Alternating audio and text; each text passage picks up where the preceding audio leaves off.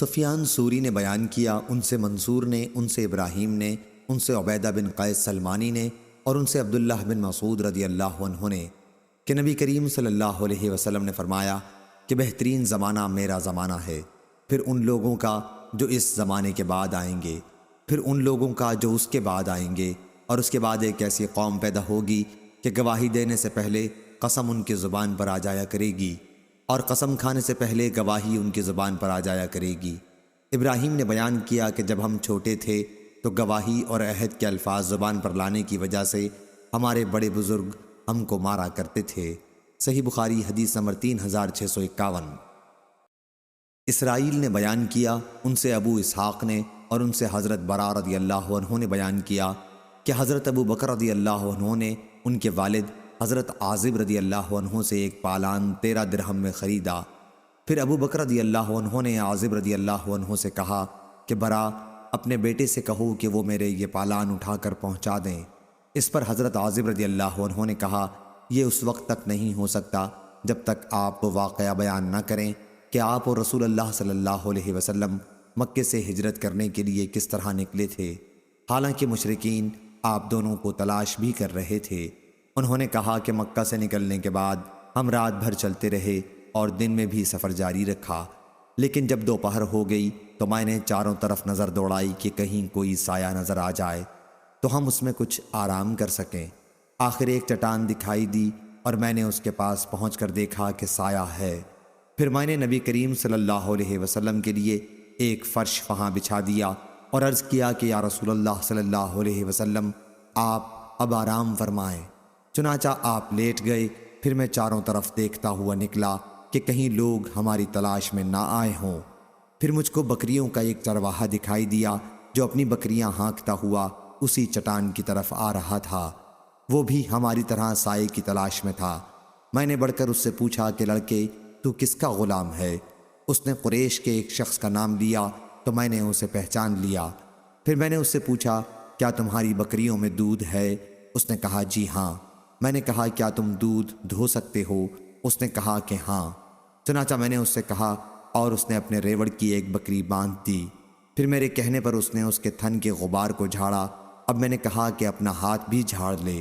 اس نے یوں اپنا ایک ہاتھ دوسرے پر مارا اور میرے لیے تھوڑا سا دودھ دوہا۔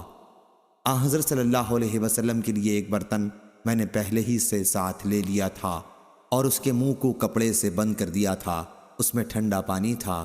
پھر میں نے دودھ پر وہ پانی ٹھنڈا کرنے کے لیے ڈالا، اتنا کہ وہ نیچے تک ٹھنڈا ہو گیا تو اسے آپ کی خدمت میں لے کر حاضر ہوا۔ آپ بھی بیدار ہو چکے تھے۔ میں نے عرض کیا دودھ پی لیجئے۔ آپ نے اتنا پیا کہ مجھے خوشی حاصل ہو گئی۔ پھر میں نے عرض کیا کہ اب کوچ کا وقت ہو گیا ہے یا رسول اللہ۔ آپ نے فرمایا ہاں ٹھیک ہے چلو۔ چنانچہ ہم آگے بڑھے اور مکہ والے ہماری تلاش میں تھے، لیکن سراقہ بن مالک بن جاشم کے سوا ہم کو کسی نے نہیں پایا۔ وہ اپنے گھوڑے پر سوار تھا۔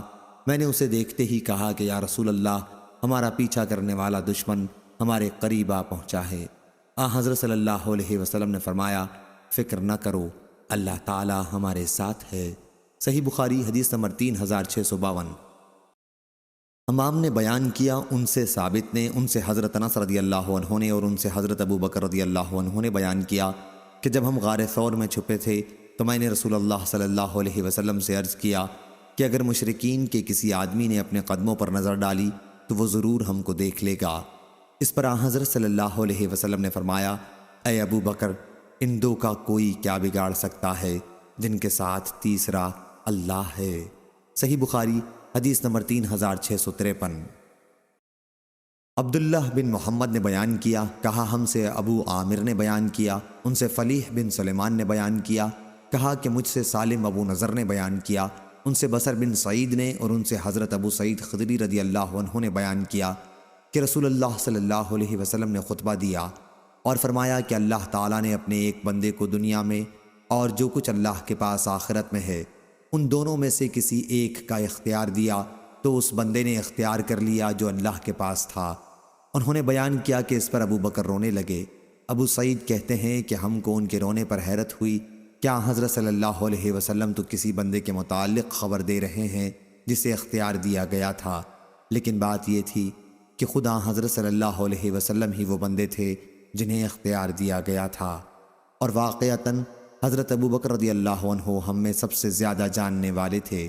حضرت صلی اللہ علیہ وسلم نے ایک مرتبہ فرمایا کہ اپنی صحبت اور مال کے ذریعے مجھ پر ابو بکر رضی اللہ عنہ کا سب سے زیادہ احسان ہے، اور اگر میں اپنے رب کے سوا کسی کو جانی دوست بنا سکتا تو ابو بکر کو بناتا، لیکن اسلام کا بھائی چارہ اور اسلام کی محبت ان سے کافی ہے۔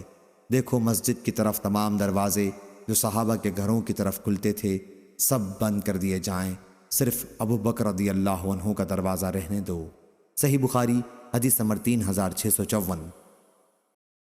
سلیمان نے بیان کیا، ان سے یحییٰ بن سعید نے، ان سے نافع نے، اور ان سے عبداللہ بن عمر رضی اللہ عنہ نے بیان کیا کہ نبی کریم صلی اللہ علیہ وسلم کے زمانے میں جب ہمیں صحابہ رضی اللہ عنہم کے درمیان انتخاب کے لیے کہا جاتا تو سب میں افضل اور بہتر ہم ابو بکر کو قرار دیتے، پھر عمر بن خطاب رضی اللہ عنہ کو، پھر حضرت عثمان بن عفان رضی اللہ عنہ کو۔